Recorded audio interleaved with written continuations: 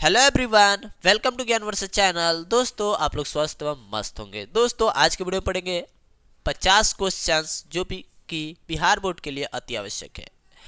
दोस्तों, हिंदी का है वो भी ऑब्जेक्टिव, पूरे जड़ से जानेंगे, पूरे निचोड़ के साथ जानेंगे। तो यदि आप क्लास 10 के छात्र हैं और बिहार बोर्ड से हैं तो आप इधर उधर जाइए मत, बिल्कुल घबराइए मत, और अपने यार दोस्तों सहपाठी संगतिया को यह वीडियो शेयर कीजिए ताकि वो लोग भी पढ़े और जाने। तो आइए आज का पहला प्रश्न देखते हैं वो क्या कह रहा है।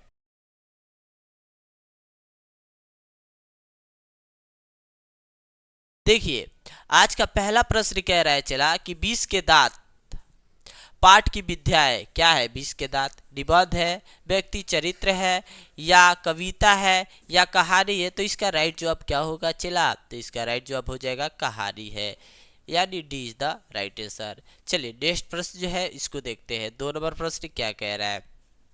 कह रहा है विशेषण की विशेषता बतलाने वाले शब्द को कहते हैं।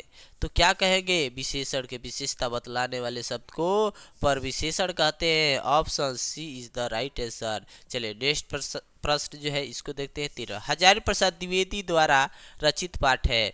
तो वो क्या किस पाठ को रचयिता किए हैं? तो ये नाखून क्यों बढ़ते हैं। ये सब प्रश्न जो है एकदम टॉप भी आई है, जो कि 2024 के लिए रामबाण होने वाला है। तो आप एकदम इसको जड़ से जानिए, पूरे बारीकी से समझिए और इधर उधर हबड़ाइए मत। अपने 10 मिनट आप दीजिएगा, पूरे फाइनल हो जाएगा। देखिए ये क्या कर रहा है। सेन साहब की कार की कीमत कितने थी? तो 7,500 हो जाएगा चला, 7,500। इसका राइट जवाब क्या होगा? Option A is the right answer. देखिए चौथा का ए राइट जवाब हो जाएगा 7,500। चलिए नेक्स्ट प्रश्न को देखिए।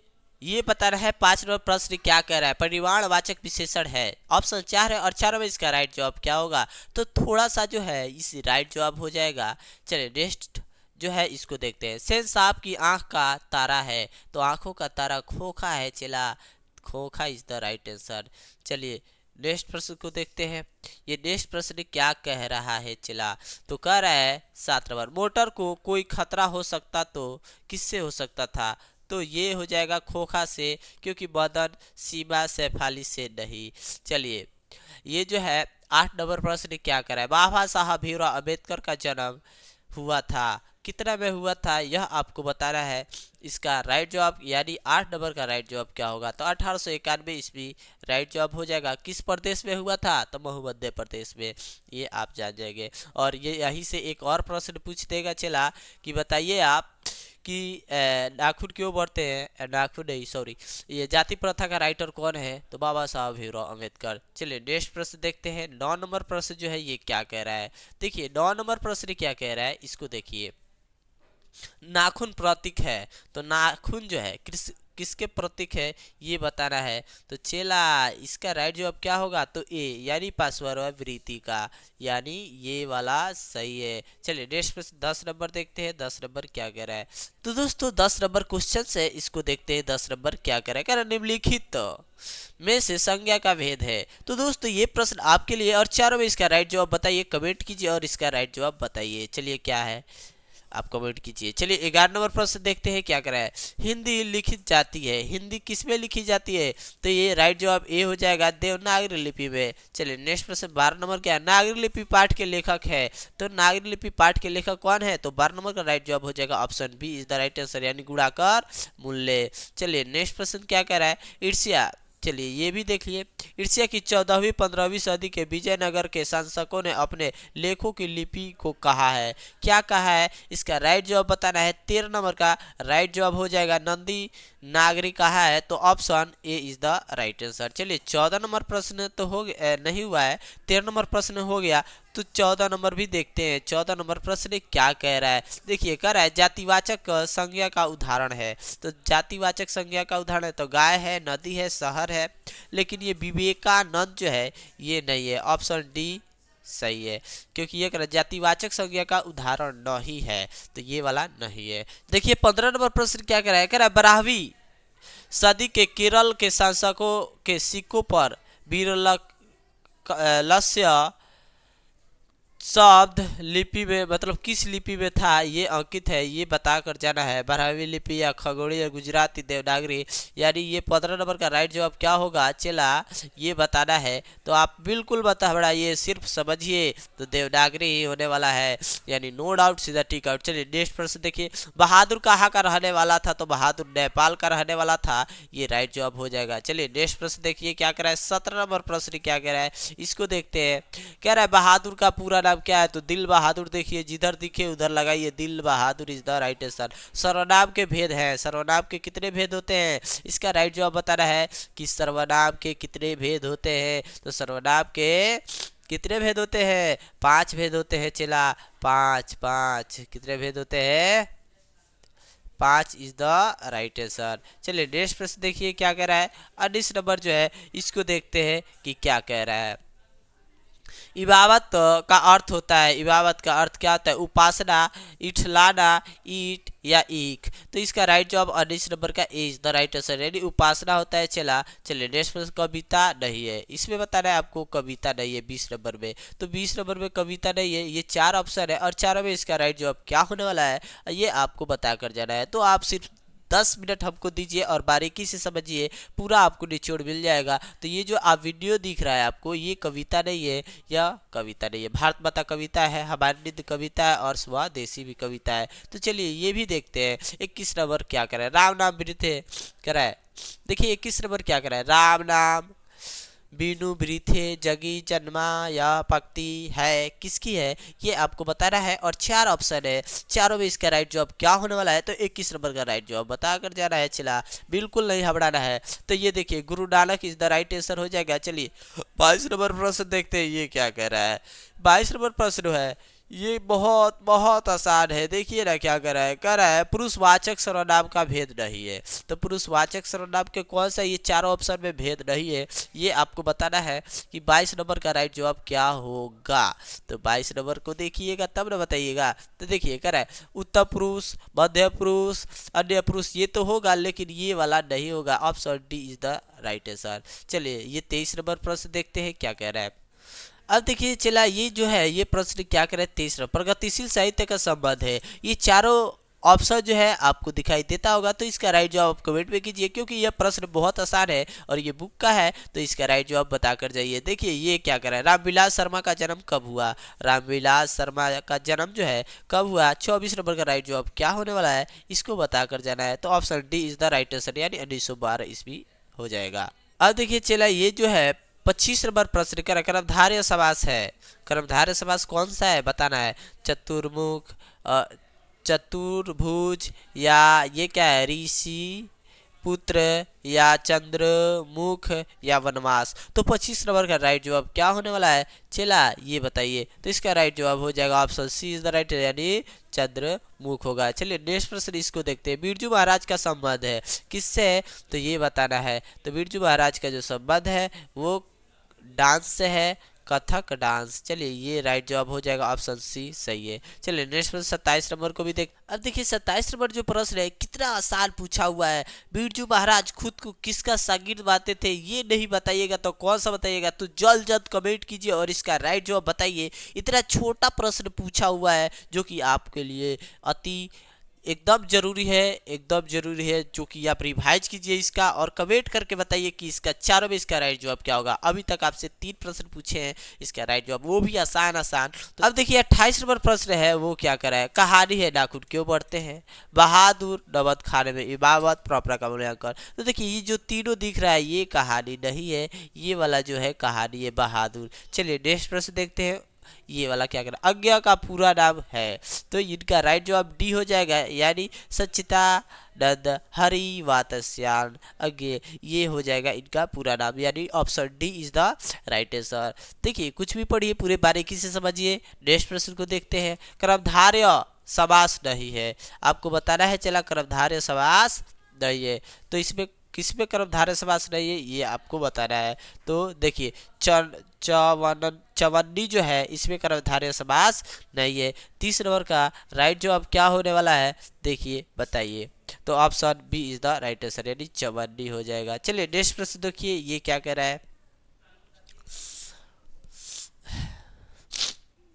देखिए 31 नंबर प्रश्न जो है, हिंदी कविता में प्रयोगवाद का सूत्रपात किया, किसने किया? ये 4 ऑप्शन है और चारों में इसका राइट जवाब क्या होने वाला है ये तो बताकर जाना ही पड़ेगा, आपको जाना ही पड़ेगा। चला तो इसका राइट जवाब बताइए क्या होगा।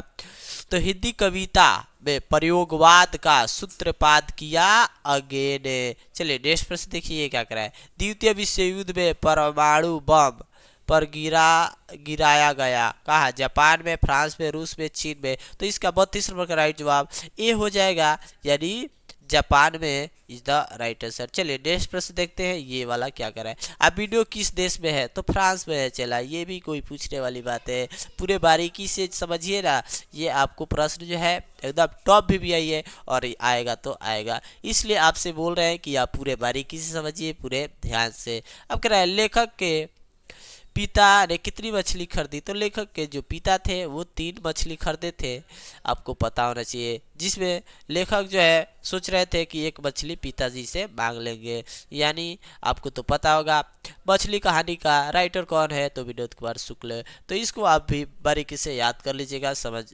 लीजिएगा।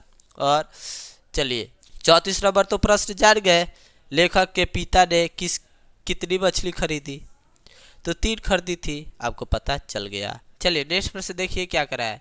कह रहा है जहाँ दोनों पद प्रधान होता है उसे कौन सा समास कहते हैं? तो जिस दोनों पद प्रधान उसे द्वंद्व समास कहते हैं, जैसे माता पिता, भाई बहन, दाल भात। चलिए नेक्स्ट प्रश्न देखिए, लेखक अपने पिता से क्या मांगना चाहता था? तो लेखक जो है अपने पिता से मछली मांगना चाहता था, तो 36 नंबर का D is the right answer हो जाएगा, आपको पता होना चाहिए। चलिए नेक्स्ट प्रश्न देखिए क्या कह रहा है।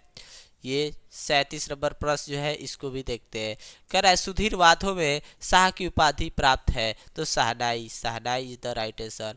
चलिए नेक्स्ट प्रश्न देखिए, बिस्मिल्लाह खान का संबंध है किससे? तो शहनाई से है। चलिए नेक्स्ट प्रश्न देखिए, विद्यालय की संधि विच्छेद है, तो विद्याधन आले हो जाएगा। चला विद्याधन आले, विद्याधन आले, option A is the right answer, A is the right answer. चलिए नेक्स्ट प्रश्न देखिए क्या कह रहे हैं, संधि के भेद है 3, जिधर दिखा उधर लगाइए।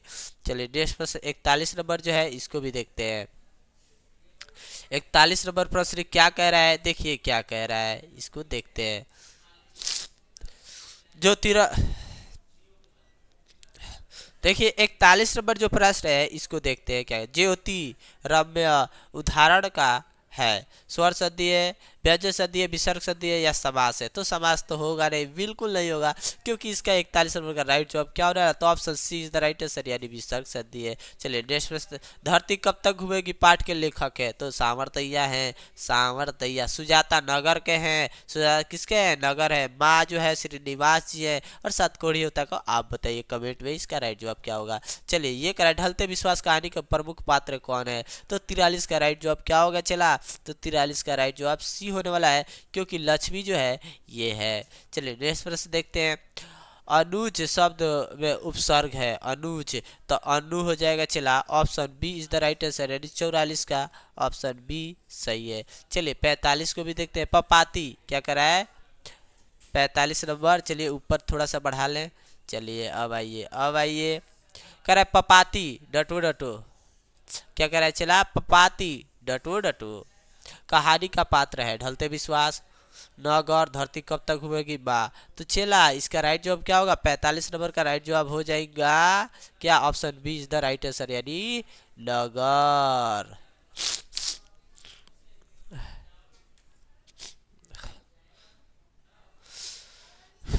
अब देखिए चला 46 नंबर प्रश्न क्या करे, बाढ़ की समस्या कहानी के केंद्र में है, ढलते विश्वास, महानगर या धरती कब तक घूमेगी। तो देखिए इसमें इसका राइट जवाब आपको बताना है कि 46 नंबर का राइट जवाब क्या होगा। तो 46 नंबर का राइट जवाब होने वाला है, पूरे बारीकी से समझिए, option B is the right answer, यानी बाढ़ पर विश्वास नहीं होता है, कभी भी आ सकता है, तो इसलिए बाढ़ वाला विश्वास किस पे नहीं होता? तो ढलते विश्वास। चलिए नेक्स्ट प्रश्न देखते हैं। माँ जो है श्रीनिवास जी, नगर, सुत जाता, सामरदैया, धरती कब तक घूमेगी। ये भी आप साथ में साथ याद कर लीजिएगा। गुणवाचक शब्द में प्रत्यय है, गुणवाचक में प्रत्यय बताना है, गुणवान में प्रत्यय बताना है, गुणवान शब्द में प्रत्यय बताना है। 47 का राइट जवाब क्या होने वाला है? तो 47 का राइट जवाब हो जाएगा, चला डी, ऑप्शन डी वान हो जाएगा, गुणवान। मांगू जन्म से थी, क्या थी? तो पागल थी। चला पागल पागल पागल। चलिए अब ये जो है